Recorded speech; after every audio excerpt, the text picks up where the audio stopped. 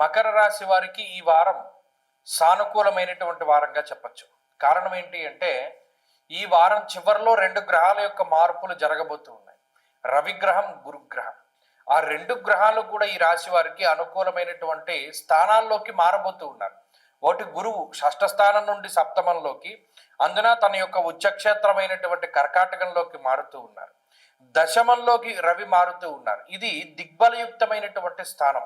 అది రవికి నీచక్షేత్రమైన గోచారంలో ఉచ్చ నీచలతో సంబంధం లేదు. గురుడు ఉచ్చ స్థితిలో ఉన్నారు కదా ఇంకా ఎక్కువ ఫలితం వస్తుంది, రవి నీచలో ఉన్నారు కదా తక్కువ ఫలితం వస్తుంది అన్నదానికి లేదు. వేధలు కొంత ప్రామాణికం, స్థానస్థిత గ్రహాల తాలూకు ఫలితాలే వస్తూ ఉంటాయి. కాబట్టి ఈ మకర రాశి వారికి ఊహించినటువంటి సపోర్ట్ దొరుకుతూ ఉంటుంది. ఈ వారంలో మీరు గమనించండి, సపోర్ట్ అనేటువంటిది అధికంగా దొరుకుతుంది. పై అధికారుల నుండి సపోర్ట్ దొరకడం, తోటి ఉద్యోగస్తుల నుండి, కుటుంబ సభ్యుల నుండి, సంతానం దగ్గర నుండి, లేదా బంధువర్గం దగ్గర నుండి, మిత్రుల దగ్గర నుండి ఒక రకమైనటువంటి సపోర్ట్, పాజిటివ్ అప్రోచ్ ఉంటుంది. ప్రతి దాంట్లోనూ కూడా మంచిగా ముందుకు వెళుతూ ఉంటారు.